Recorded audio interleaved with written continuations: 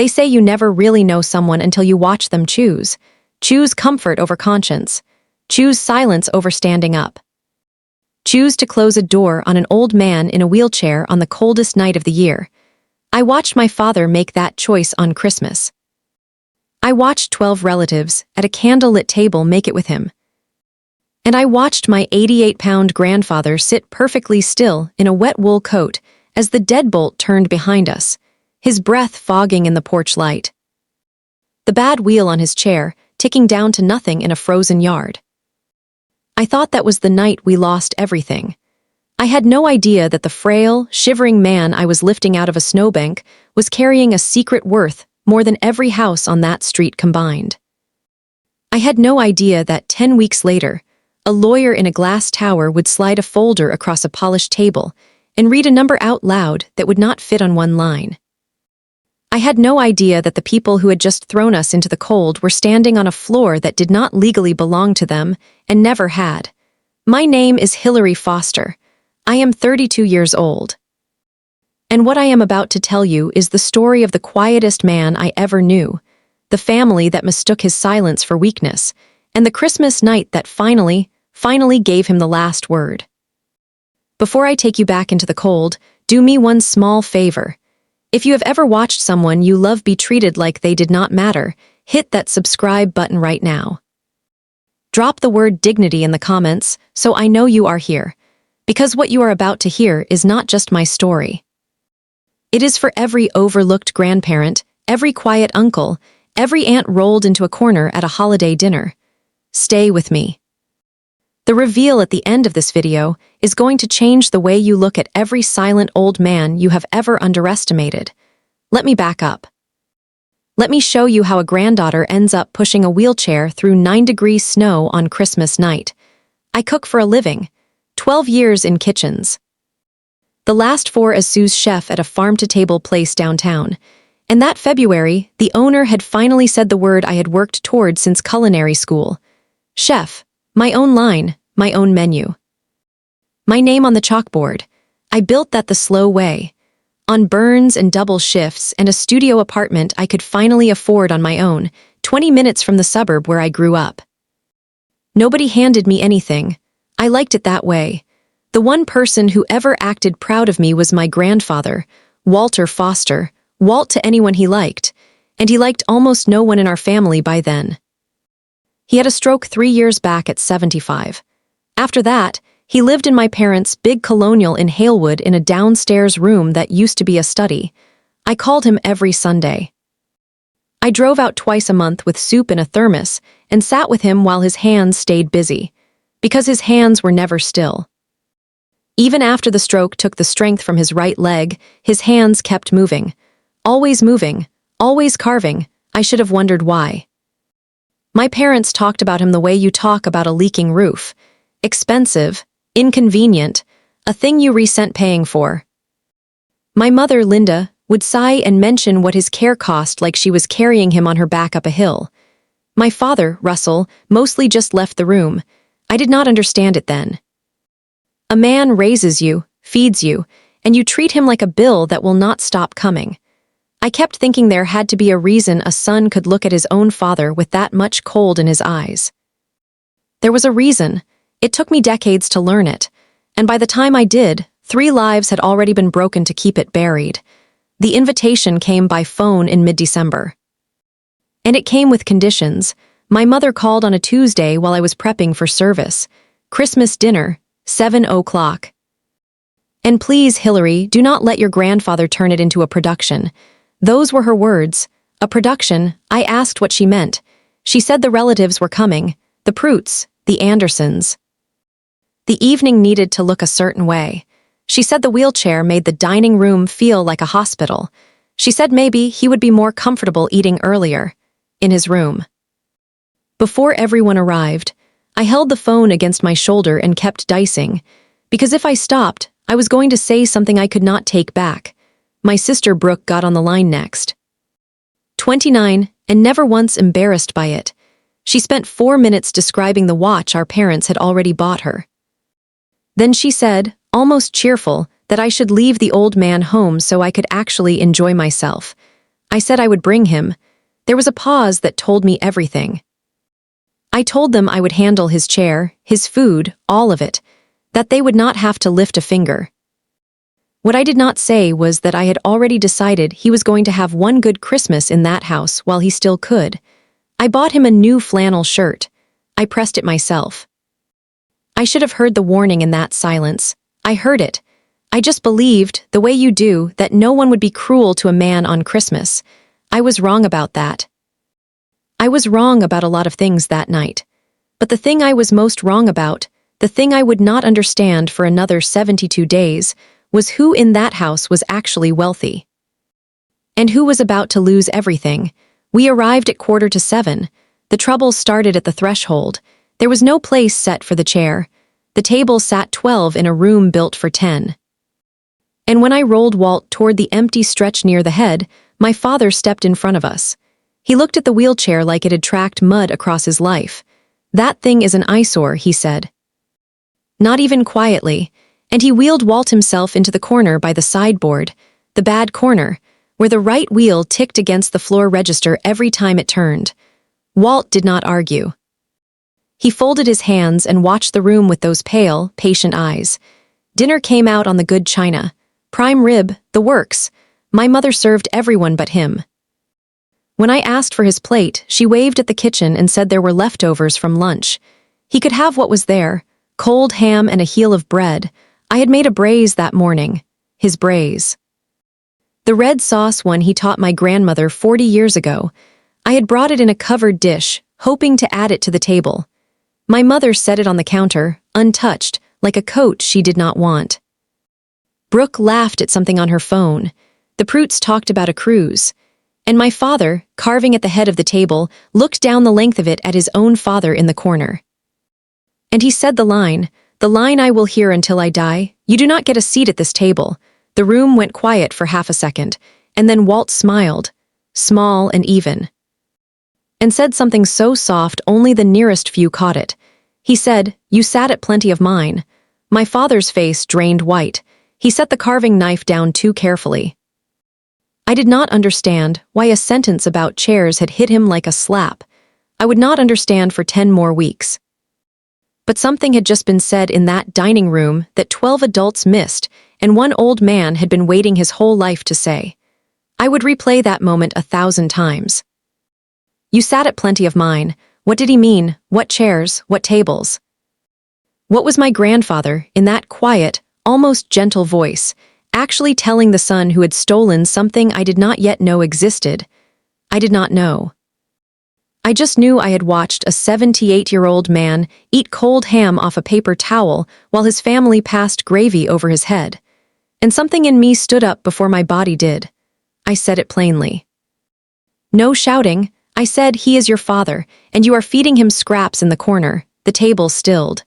My mother told me to lower my voice. I did not raise it. I said, 12 people in this room. And not one of you will give him a chair. My father came around the table. I thought he meant to walk me to the kitchen, talk it out, save face. Instead, his hand came up, and across. The slap turned my head and rang in my ear like a struck pan. 12 relatives looked at their plates.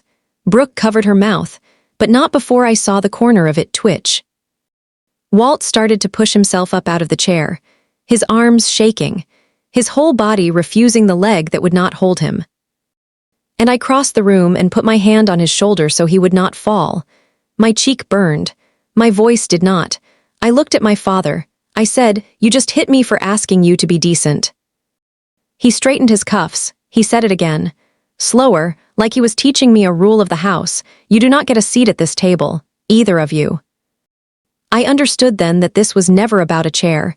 It was about who counts as family, and we had just been told. My grandfather's hand found mine on his shoulder and squeezed once. Steady. Almost calm. He was not surprised. That was the part that scared me. That was the part that haunts me still, because I know now what I did not know then. He was not surprised because he had seen this face before, 30 years ago, in a hospital room, standing over a bed he could not get out of, with a pen in its hand and a piece of paper he could not read. But I am getting ahead of myself. My mother walked to the front door and opened it on the December dark. And the cold came in across the entryway like a verdict. "Out," she said. "Both of you." She did not yell. She used the voice she used for canceling subscriptions. "We are done carrying dead weight." Dead weight. The word landed on Walt and on me at the same time, and I felt him flinch beside me. The only time all night his face moved. I did not wait to be thrown out. I was already turning his chair toward that open door. "If he goes, I go," I told the room, and I meant it as a choice and not a punishment. The Proots studied the carpet. My Uncle Dale looked like he might speak, opened his mouth, and then reached for his wine instead. 12 adults watched a man in a wheelchair get rolled out into 9 degrees. And the loudest thing in that house was the tick of the bad wheel on the hardwood. My father followed us to the porch, not to help, to make sure we left, the door shut. The deadbolt turned. And we were 2 people and a wheelchair on a frozen lawn. I should have been frightened. Mostly I was clear. I have always been better in a crisis than in a quiet room. Getting him off that lawn was the first hard thing. The path had not been salted, the wheels caught on a ridge of ice, and the chair went over sideways into the snowbank by the mailbox. Slow. Almost gentle. Walt's arm flung out to catch a fall that snow softened anyway. I had him upright in 10 seconds. His sleeve was soaked. His hand was already going stiff and red. And the bad wheel was packed with snow, so it did not tick anymore. Just dragged. I half lifted, half rolled him the 40 feet to my car. He weighed almost nothing. That is a thing nobody warns you about. How light the people who raised you become. I drove the 20 minutes back to my apartment on roads gone to glass. I carried him up 1 flight because the chair would not fit the stairwell turn. Got him into my bed under every blanket I owned. He was shivering for an hour. Around midnight, the shaking stopped and he slept, and I sat on the floor by the bed in the dark and did the math on what came next. 1 bed, 1 income, a man who needed warmth and medicine and time. I did not cry. I made a list. I did not know it yet, but the cold from that night had already settled somewhere in his chest, and a clock had started running. That weekend, I finally fixed his bad wheel. The bearing was shot, had been for months. I oiled it and packed it and got the tick out of it. And while I had the chair tipped on its side, I noticed something carved into the underside of the wooden armrest. Small and deliberate, 2 letters worn smooth by his thumb, W and O. I asked him what it stood for. He said, "An old habit," and changed the subject to whether I had salted the broth enough. That night he finished the thing he had been whittling and set it on the windowsill. A bird, a little wren, plump and tilted, mid-hop, so alive it looked ready to scold me. I had seen him carve them my whole childhood, and never thought to wonder why. There were dozens of them once, on shelves, in houses we no longer visited. He turned it in his fingers and looked at it a long moment. The way you look at a photograph. W and O, I thought wren and something. I let it go. I had no idea I was living in the middle of the answer to a question I had not asked yet. I had no idea that a man stopped dead in a lumber aisle the next week was going to tilt that question on its side. The first crack in the ordinary came at a hardware store. I had taken Walt with me to buy felt pads and a new threshold ramp. We were in the lumber aisle because he wanted to feel the oak. Run his thumb along the grain and tell me which boards were lying about their quality. An older man in a canvas jacket stopped at the end of the aisle and just stared. 60s, weathered. The kind of hands that have held tools for 50 years. He looked at Walt for a long beat, then took a step closer. "You are not," he said. He stopped. Number could not be.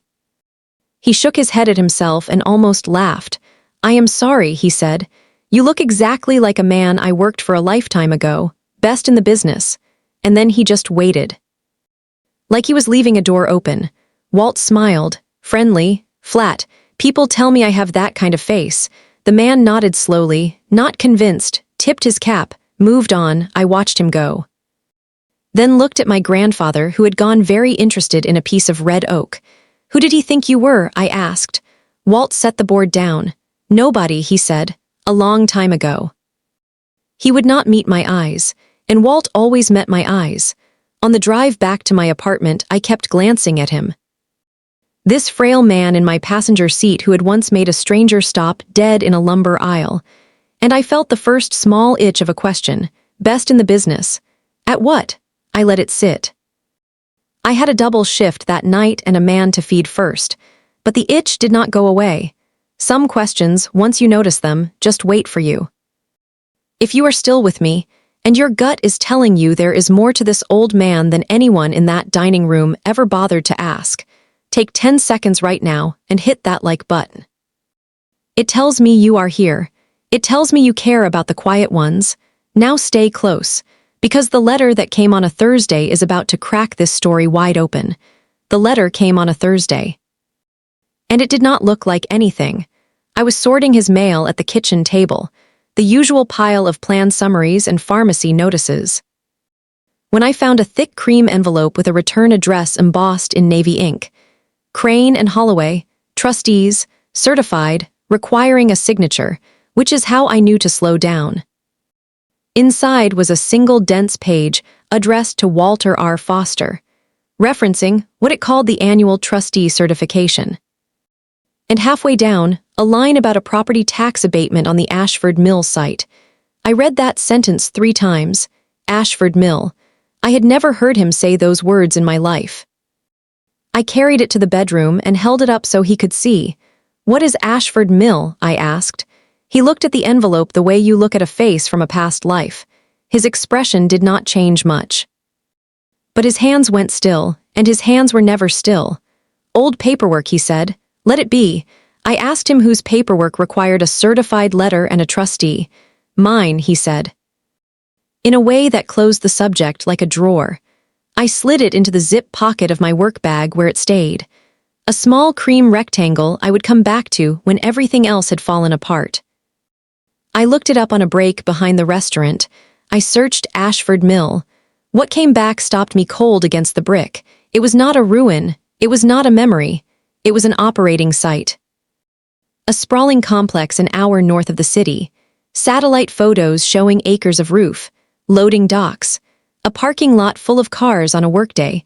A furniture and home goods manufacturer. The brand name on the signage, scrubbed in the public records, under a holding company. I stood there with grease on my apron and tried to fit that picture against the man asleep in my bed who could not afford his own pills. It did not fit. I went home that night and asked him once more. Gently, plainly, I said Ashford Mill is real, it is huge, and it has your name on a trust letter. He took my hand. His grip was stronger than it had any right to be. Hillary, he said. I am not in trouble. I am exactly where I chose to be. Then he asked me to leave it alone, not as a brush off, as a request, one adult to another. And here is where I want to be honest with you about why I did not tear the world apart to find out more. He was sound of mind, sharper than me on a good day. It was his name, and his business. And his choice, so I let it rest. I told myself there would be time to understand it later. That was the one thing I turned out to be wrong about. There was not much later left. There was a good day in early February, and I hold on to it. My one full day off in 3 weeks, sun on the snow. I made his braise, the real one. The red sauce pork shoulder that takes 5 hours and cannot be rushed. We ate at noon like royalty off mismatched plates. He had 2 helpings, the most I had seen him eat in weeks. He closed his eyes on the first bite the way you do when a taste reaches all the way back. After, he carved while I did dishes. And when I sat down, he held something out to me across the table. A wren, smaller than the ones on the sill, finer. The feathers scored in with a detail the others did not have. For you, he said. I told him it was beautiful and reached for it. And he held on a second longer than a gift requires. I only carve these for the ones who would never leave me in the cold, he said. I did not have anything to say to that. So I just closed my hand around it. It was warm from his hands. I put it in my coat pocket, and I have carried it every day since. I did not know that little bird was about to become the most important object in my life. I did not know it was the proof of something. I did not know it was the mark of a man whose name was on a building an hour north and a logo on a glass tower downtown. I just knew that a man who had been thrown into the snow had given his granddaughter the thing he made for people he trusted, and that it was the richest I had ever felt. The cold came back the second week of February, a hard snap that dropped us into single digits, and Walt's body had been waiting for an excuse. It started as a cough. The kind you tell yourself is nothing. By the third day, it had teeth. He got quieter, slept more, ate less. I knew the shape of it before I admitted it. I had watched my grandmother go the same way. The night his fever spiked, I did not argue with myself. I called for an ambulance. While we waited, I packed a bag, his pills, his glasses, the new flannel shirt. And almost without thinking, I tucked the little wren into the side pocket, and the cream trustee envelope after it, the two things that did not belong in a hospital bag. Because some part of me already understood, we might not come home together. They came to the hospital, which surprised me until I understood it. Pneumonia, the doctor said. In a frail man with a damaged heart, and the word they would not quite say hung over the room. I had been there 19 hours when my parents appeared in the ICU waiting area. My mother in a camel coat, my father a step behind, and for one stupid second my chest lifted, because grief makes you hope. Then I watched my mother work the room. She found the charge nurse first. She pressed a hand to her heart and said in a voice pitched to Carrie, "We have done everything for him, you know. Everything for years." Neither of them asked me a single question about Walt's actual condition, his oxygen, his medications, the DNR conversation the doctor and I had already had. They asked who else was coming. They asked carefully whether he was lucid, whether he had been saying anything, and that question landed strangely, too specific. A fish hook dressed as concern. I told them he was sleeping. My mother squeezed my arm in front of the nurse and murmured that families heal at times like these. And then, when the nurse stepped away, she dropped my arm and dropped the warmth with it. And asked me where his paperwork was. His what, I said. His affairs, she said, smoothing her coat. Someone has to be practical, Hillary. I looked at this woman performing love for an audience of strangers, while her father-in-law fought for air 20 feet away. And I understood that they had not come to say goodbye. They had come to take inventory. I did not know yet what they were counting, but I knew it was not him. Why were they so worried about what he had been saying? What did a son think his dying father might confess? What had Russell Foster been afraid of for 30 years, every time he heard the old man's voice through a wall? I would have my answer in 9 days. He woke in the small hours, clear as a bell. The way the dying sometimes surface for one last lucid tide, the machines hummed. My parents had gone to a hotel. It was just us. He asked me to crank the bed up so he could see me properly, and I did. He looked at me for a long time, then he reached for my hand and pressed something into it. He had me bring his things to the bedside, the wren and the cream envelope both, and he was giving them back to me with purpose. "Keep these together," he said. "Listen. When this is done, and it is nearly done, you do not fight them at the funeral. You do not argue about flowers or who speaks. You let them have the noise." He squeezed harder. "You call Tom Crane. The number on the letter, he will explain what I never could find the words for." I asked him to explain it now, while he could. He shook his head, a small smile. "Some things you have to be shown," he said, "not told.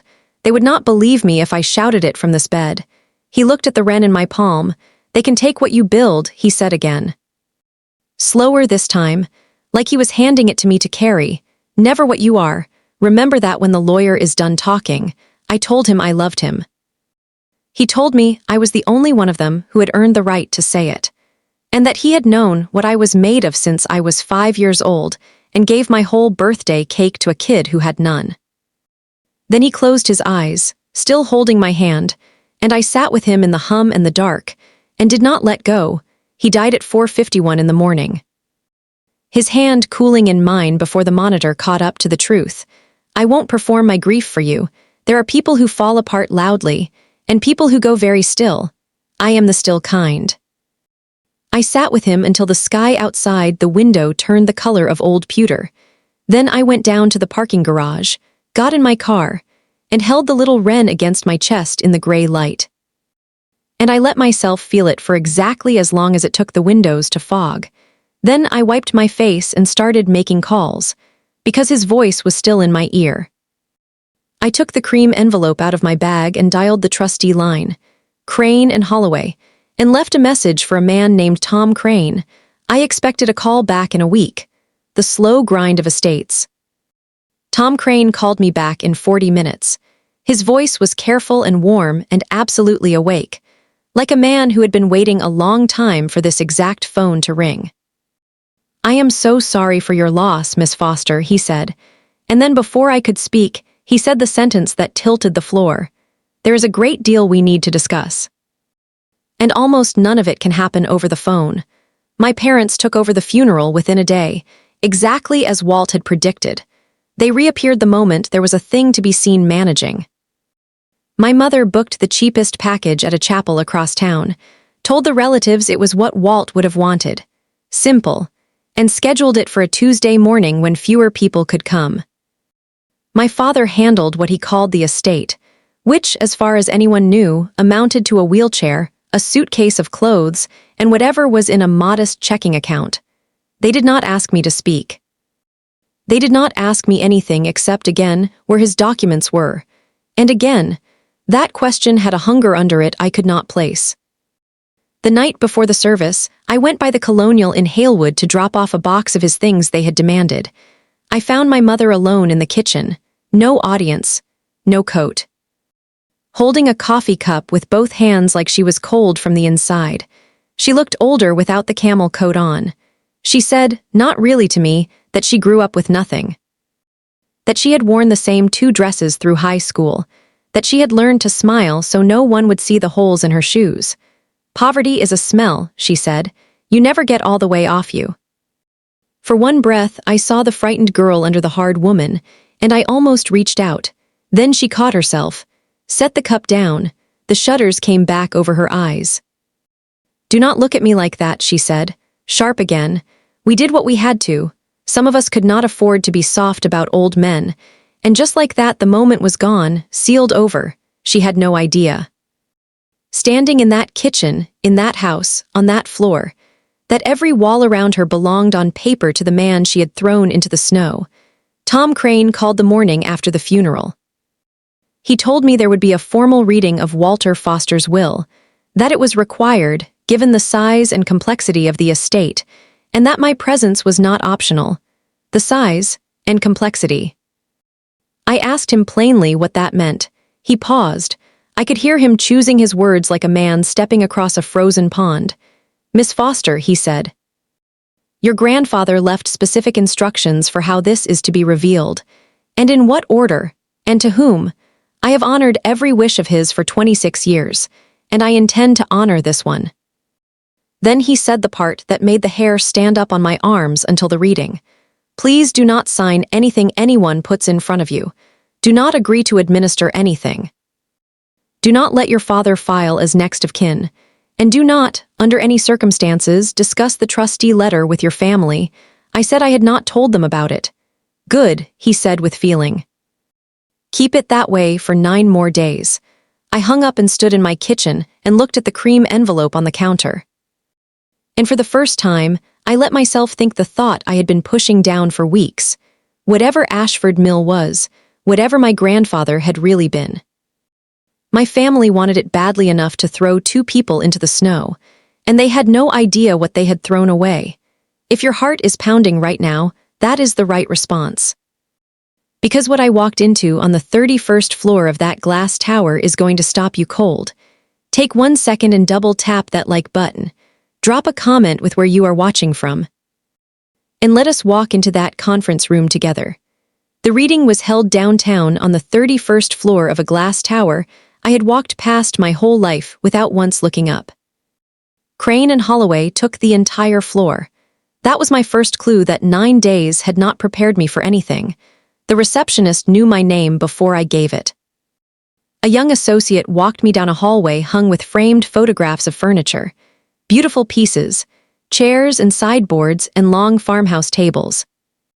And at the corner before the conference room, there was a single large frame holding nothing but a logo. A small bird, plump and tilted, Mid-hop, a wren, under it 2 words in a quiet serif. Wren and oak. I stopped so suddenly the associate had to wait. W and O. I put my hand in my coat pocket and closed it around the little carving, and felt the floor of my understanding shift an inch. The conference room was already filling when I came in. My parents sat near the head of the table in their good clothes, my father drumming his fingers, my mother's chin lifted. Brooke beside them filming the view on her phone, and there, at the far end, in a gray suit that no longer fit him quite right, sat Gerald Voss. I knew the name the way you know a name from old arguments overheard through doors. My father's one-time partner, the lawyer, a man Walt's mouth had gone tight around once or twice. Voss looked like he would rather be anywhere else on earth. He kept clearing his throat and checking the door. At the head of the table, an older man in shirt sleeves squared a thick folder against the wood, and looked for just a second at the empty space beside his chair. Where someone had wheeled in a familiar old wheelchair, Tom Crane. He caught my eye and gave the smallest nod. Then he began. He did not raise his voice once in the next 20 minutes. And he did not have to. He introduced himself as the trustee and personal counsel to Walter R. Foster for 26 years. He said he would read the estate into the record in the order his client had instructed, and he asked that questions be held. My father said with a little laugh that he did not think this needed to take long. Crane looked at him for a moment, then opened the folder. The estate of Walter R. Foster, he read, consists primarily of his sole ownership interest in Wren and Oak, Incorporated, a privately held home furnishings manufacturer. Together with its parent holding company, Wren Holdings LLC, he turned a page. As of the most recent audited valuation, he said, the combined enterprise is worth approximately $1.1 billion. The room did not gasp. It went silent in a way that is louder than any gasp, the silence of every person doing the same impossible math at once. My mother's chin came down. Brooke lowered her phone. My father's fingers stopped drumming. $1.1 billion, Crane repeated evenly, in case anyone needed it twice. He went on. The estate further includes the real property held by Wren Holdings, comprising 100 parcels across 11 states, manufacturing sites, showrooms, warehouses, and the flagship Ashford Mill complex. He looked up. Many of you, he said mildly, have furniture in your homes that your grandfather and father-in-law built. You simply never knew his name was on it. He let that sit. Then he reached over and set his hand on the worn arm of the wheelchair beside him, on the very spot where 2 letters were carved into the wood. And he said, this chair, which he insisted I place here today, carries his maker's mark. W&O, it is carved into every piece his company has made for 25 years. He turned the little framed logo on the table to face us, the Wren mid-hop. And this, he said, his mark before he had a company at all.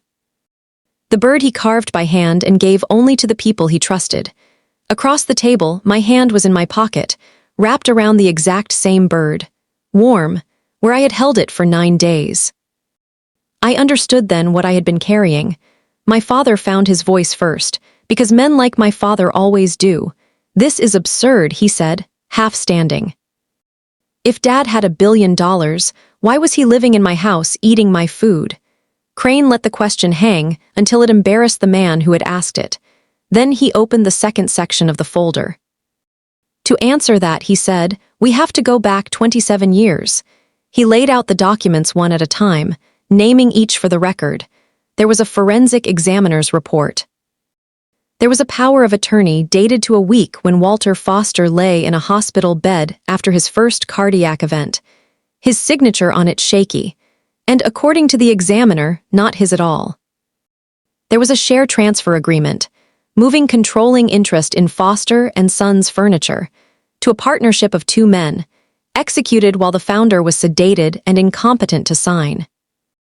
A transfer carried on a forged hand, Crane said quietly, moves nothing the law will recognize. In the eyes of a court, those shares had never lawfully left this man at all.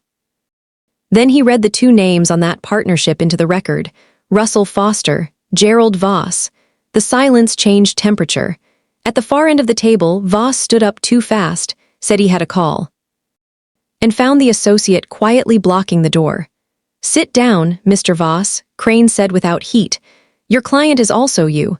My father's face had gone the gray I had last seen on a hospital monitor. "They stole it," I said, the first words I had spoken in that room, and they came out steady. "They forged his name and took his company while he was dying in a bed." Crane nodded once. "Your grandfather knew," he said. "He had the documents examined the moment he recovered. He chose not to spend his remaining decades in a courtroom fighting the son he had raised. He chose to build again instead, so he started over.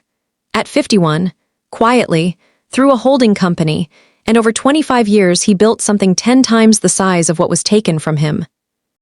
And he kept the proof of the theft in this folder, with instructions that it be read aloud. On this exact day, in this exact room, to your exact faces." My father sat down, because his legs stopped holding him. The man who had told an old soul he did not get a seat at the table had just learned whose table it had always been. There was a third section, and Crane read it like a man, laying the last card face up. "Over the past 4 years," he said, "Wren Holdings acquired on the open market and through intermediaries the senior debt of Halewood Furniture Company." My father's head came up. Halewood was the company he had renamed after the theft, the one he had run into the ground, the one I had overheard him on the phone calling stretched thin. Crane named the figure. The note was deeply in default. "Wren Holdings," he said, "is Halewood's primary creditor, with the right to call the loan in full." And then, almost gently, he turned the final page. "Additionally," he said, "the residential mortgage on the property at 14 Ashford Lane in Halewood, the family home, was assigned to Wren Holdings 16 months ago." My mother made a small sound. "That was their house, the colonial with the warm yellow dining room, the locked deadbolt, the porch where they had watched us roll into the snow. The roof over their heads belonged on paper to the estate of the man they had called dead weight." The phrase came back to me whole, in my mother's flat cancel subscription voice. "We are done carrying dead weight." I looked at the folder, at the wren on the table, at the empty wheelchair, and I almost laughed, not from cruelty, from the sheer arithmetic of it. The dead weight they had thrown into the snow had been holding their mortgage the entire time. Crane closed the folder, set both hands flat on it, and "the disposition," he said.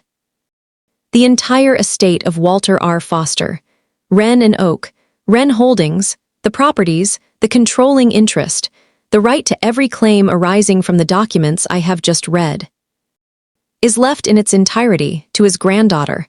He looked down the table at me. "Hilary Marie Foster," he read. There were no other beneficiaries named. My father turned to look at me, and his expression was something I had never seen on him in 32 years. It was not anger yet. That came next. It was the face of a man watching a door close from the wrong side of it, and recognizing finally the sound. Then my father exploded the way I think he had been waiting his whole life to explode.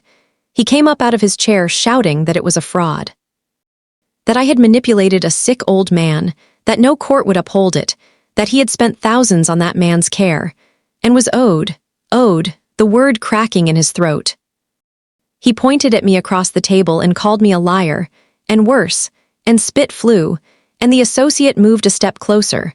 My mother switched modes like a dial turning, the hardness melting into tears on command, sobbing that she had loved Walt like her own father, that this was a misunderstanding, that surely her own daughter would not put her out on the street. Brooke just stared at me, and for 1 second, one honest second, something crossed her face that was not calculation, a flush of plain shame, there and then gone, swallowed back down. Voss had his head in his hands, and I sat in the middle of all that noise and felt the strangest thing settle over me. Calm, not triumph, calm. Because I finally understood that I did not have to match their volume, that I never had.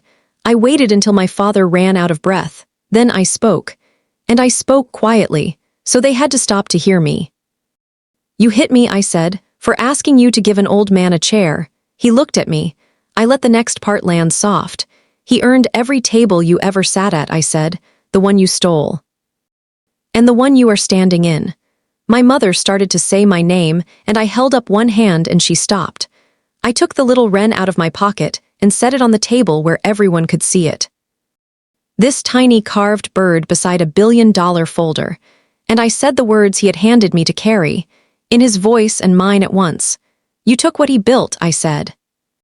You were never going to touch what he was. Nobody answered me, because there was no answer. The loudest man in the room had gone silent, and the quiet woman in the corner had the floor. Tom Crane looked at me with something that might have been pride. The kind a man feels finishing a job he made a promise about a long time ago. Now, he said to the room, shall we discuss what happens next? What happened next was not revenge in the way the word usually means. I had 9 days and a lifetime to decide what kind of person to be at this table. And I decided to be his, so I did it through the law, cleanly, the way he had done everything. I told Crane to refer the forensic file to the district attorney and to the state bar, and to let the prosecutors decide what the years still left within their reach. Then I had Crane file the civil action that mattered most. A forged signature transfers nothing. So in law, those original shares had never left my grandfather, and the estate moved to undo the theft at last. The note on Halewood I let stand and called lawfully on schedule. And the mortgage on the house in Halewood I did not forgive, but I made one offer through Crane in writing, to my mother alone, a modest apartment paid for 2 years. A soft landing she did not deserve, and that I extended anyway, because cruelty was not the inheritance I wanted. She refused it, called it an insult through her lawyer. The same week she called the original verdict an insult, so I stopped offering. I am not punishing you, I had said to her at the end of that reading, and I meant it. I am just finally letting the truth cost what it always should have. That is the whole of my revenge. My father was charged 11 weeks later with elder financial abuse and fraud. The court voided the old transfer too. A forged hand, it turned out, had never legally moved a thing. Gerald Voss surrendered his law license rather than face the disbarment hearing. Halewood Furniture closed in the spring. The note came due, and there was nothing behind it, and the family name my father had run into debt simply stopped existing. They lost the house in Halewood by summer. Legally, every notice served and every window honored. Brooke moved to another state and sends every few months a short text with no demand in it, which is the closest thing to an apology I expect to get, and more than I expected at all. My mother, I do not hear from. As for me, I did the thing that scared me more than poverty ever had. I said yes to the estate. I run Wren and Oak now, not from a corner office I earned by blood, but as the person Walt trusted to keep it honest. I kept the chair. It sits in my office, with the bad wheel I fixed, and the 2 letters carved in the arm, and visitors think it is decoration until I tell them it is the founders. The little wren sits on my desk, facing the window the way his flock used to face the light. And in the canteen at Ashford Mill, where 600 people make furniture every day, the Friday special is a slow-braised pork shoulder in red sauce. His recipe, my hands. The smell of garlic and bay rolling out across a factory floor he built twice. The men who work the joiners do not know whose recipe it is. They just know it tastes like somebody cared. That is enough. That is exactly the kind of rich he meant. I want you to think about something with me before you go. Somewhere tonight, an old man is being told he is too much trouble. Somewhere tonight, a grandmother is eating dinner alone in a room that used to be a study. Somewhere tonight, a wheelchair is being pushed into a corner because the people at the table think the room would look better without it. Somewhere tonight, someone you love is being treated like dead weight. My grandfather lost a company and built a bigger one. But the thing they could never forge, never steal, never throw into the snow was the only thing that ever made him rich, which was simply who he chose to be. When the people who shared his name were watching, and did not care, I still have the wren. It is on my desk right now as I tell you this. I touch it sometimes, the way he used to touch those 2 letters on the armrest. W and O. Walter only knew what those letters meant for 50 years before anyone bothered to ask. I will spend the rest of my life asking, if you have a Walter in your life, call him, tonight, not tomorrow, not when it is convenient, tonight, while the line still rings on his end. Because there is a wheelchair in my office that used to roll across hardwood floors, and a man who used to sit in it, and a Christmas night I will carry the rest of my days. And if you take one thing from the story, take this. The quiet ones are not weak, they are not poor, they are not dead weight, they are simply waiting to see who you are. When you think they cannot do anything for you, be the one who passes that test. If this story moved you, if you have ever defended someone the world wanted to throw away. If somewhere in your house there is an old chair, or an old letter, or an old voice on the phone you have been meaning to call, I am asking you for 3 small things. Hit that subscribe button right now, because the next story I am about to tell will break your heart in a different way, and I do not want you to miss it. Smash that like button. Because every like tells the algorithm to put this story in front of one more person who needs to hear it. One more granddaughter sitting in her car after a holiday dinner wondering if she is crazy for caring. One more grandson wondering if speaking up is worth it. One more Walter somewhere watching a door close, and in the comments, tell me about your Walter, the one the world overlooked. The one who carved wrens, or fixed wheels, or made braises on Sunday afternoons. Say their name out loud in that comment box, because I will read every single one of them. And so will the people who needed to hear that they are not alone tonight. One cold Christmas night, one wheelchair in a snowbank. And a will that finally said out loud what a quiet man spent 25 years proving. The dignity you give the overlooked is the only inheritance that cannot be stolen. Call them tonight. Before the snow comes,